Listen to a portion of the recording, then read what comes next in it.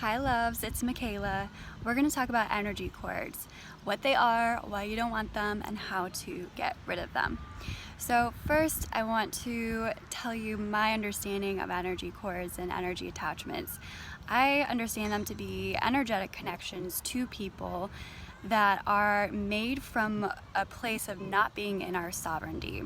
So not thinking that we have the power, not believing that we have the power ourselves, and looking to someone else who we feel does, and we want to extract it from them. It's not something that is intentional, but sometimes it can be. Usually it's not though. And I definitely want to highlight that it is not harmful. You are safe when you have energetic attachments.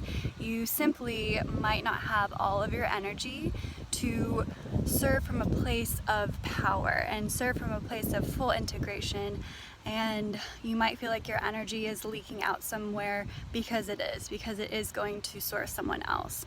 So these are the reasons that you'll want to patch up those connections, so what I mean by that is to first understand the cord and then cut them and then record to a higher source, to yourself and to the earth and to like the angelic realm. So to start all that, I'll highlight the first step, which is to understand the root of the cord, the reason that you felt like you needed to connect to someone and find their source of power instead of sourcing your own. Usually there is a deep wound that is at the seat of the root of the cord. So get curious about it. What is the wound? Why do you feel like you don't have power? And what do you want to embody in this other person? To find the root of your energetic cord, I invite you to journal, to meditate, but to not obsess about it. Getting into your head about where the source came from and this led to that and that led to this thing, so this must mean that. That brings us out of alignment with our listening to our energy. It brings us into our head and trying to problem solve, and we don't want to do that for this. It's all about feeling, it's all about the energy and the energetic realm. So get curious about the root of the energetic cord, and then the next step is to cut the cord, which I'll tell you about, and then to record. And when you record, you are recording yourself, your source, to the depths of the earth, to the darkness of the womb of the earth, so the core, and that coziness, that womb feeling, all the way up to the skies, all the way up to the energetic realm or the angelic realm and the cosmos, the light. And you are the source in between them, and you're extracting from the divinity of the ethers of the upper world and the underworld of our earth.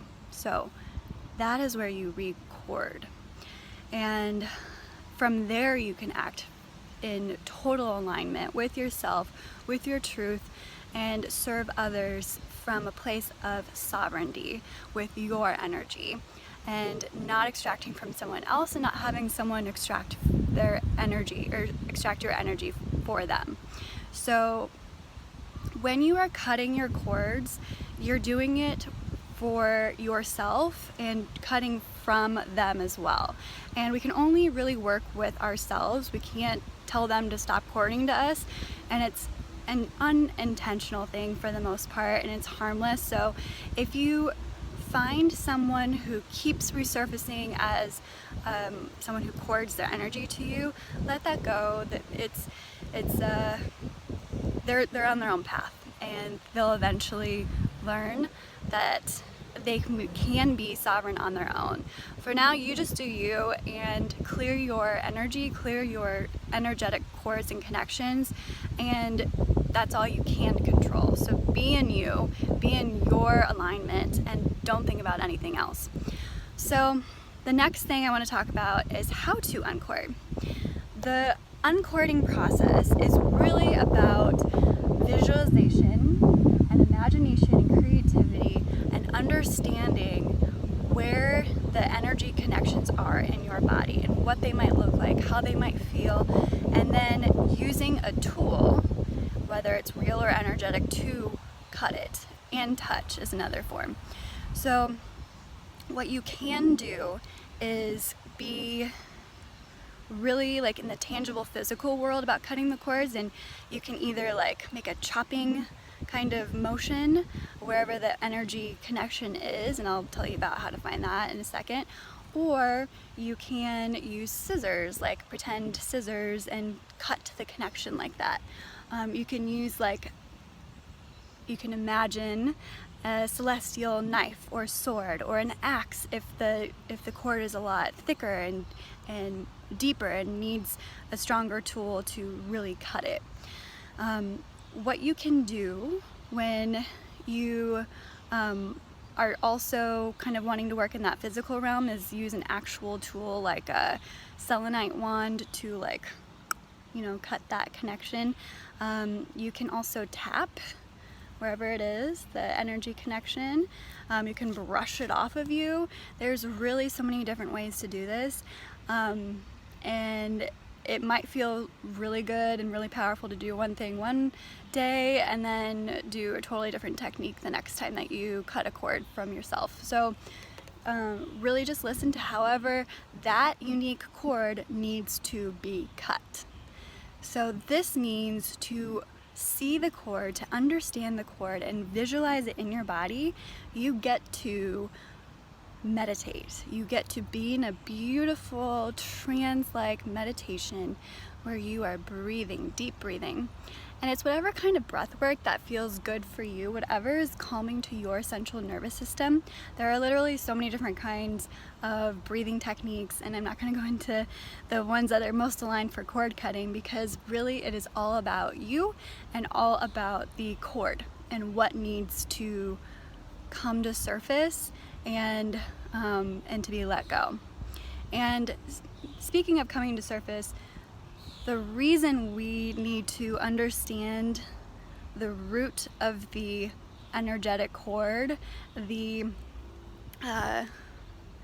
original wound, is to call it to its surface so that you can cut it with more precision. You can be like, oh, that's what that is. And don't figure out the why.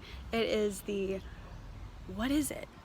What is this entity? What does it look like? So then it helps your visualization be a bit more exact so that you can cut it with more strength.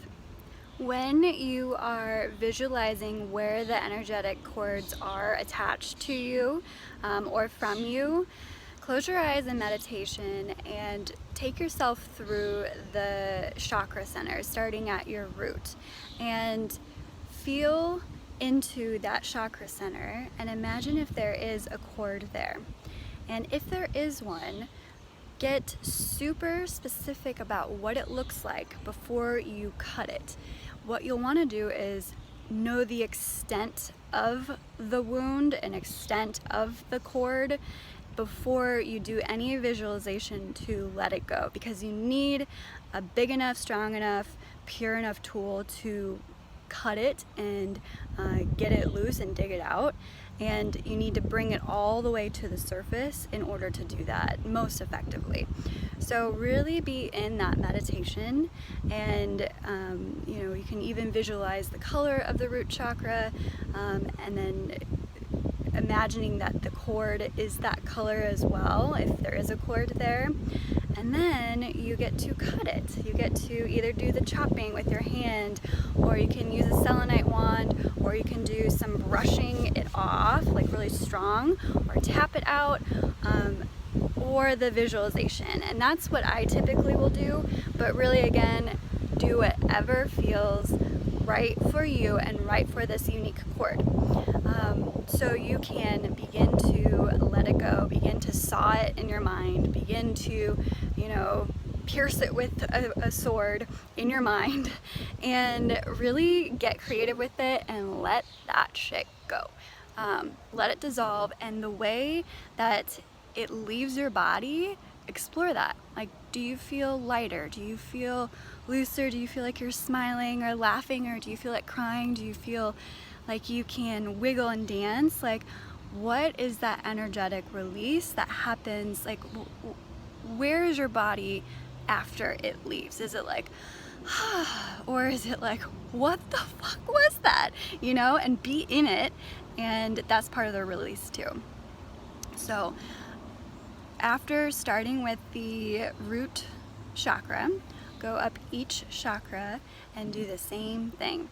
Now, I really invite you to get very specific about this part right here. This is the xiphoid process. It is the bottom of the sternum, which I believe is like from here to here. It's this bone, and it's the bottom part. So it's right at that root part of that bone. And I visualize this as the most important piece to observe when you are going through the scanning and the visualization, because it is right between our solar plexus, our gut, and our heart chakra. And there are so many different energy centers where the cords can be attached to, but I have found that the most common connections are between guts and hearts, and sometimes the third eye and the mind and all that, but usually it's the gut and the heart.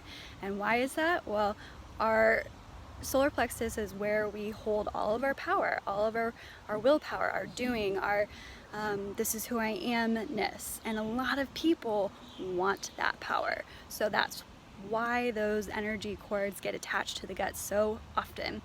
And there are also so many other reasons. I mean, if you're looking at it from a traditional medicine perspective, the gut is where we, you know, have our boundaries. And like, if you don't have healthy gut, like alignment and internal balance, then you're not going to have healthy energetic and emotional boundaries, and vice versa.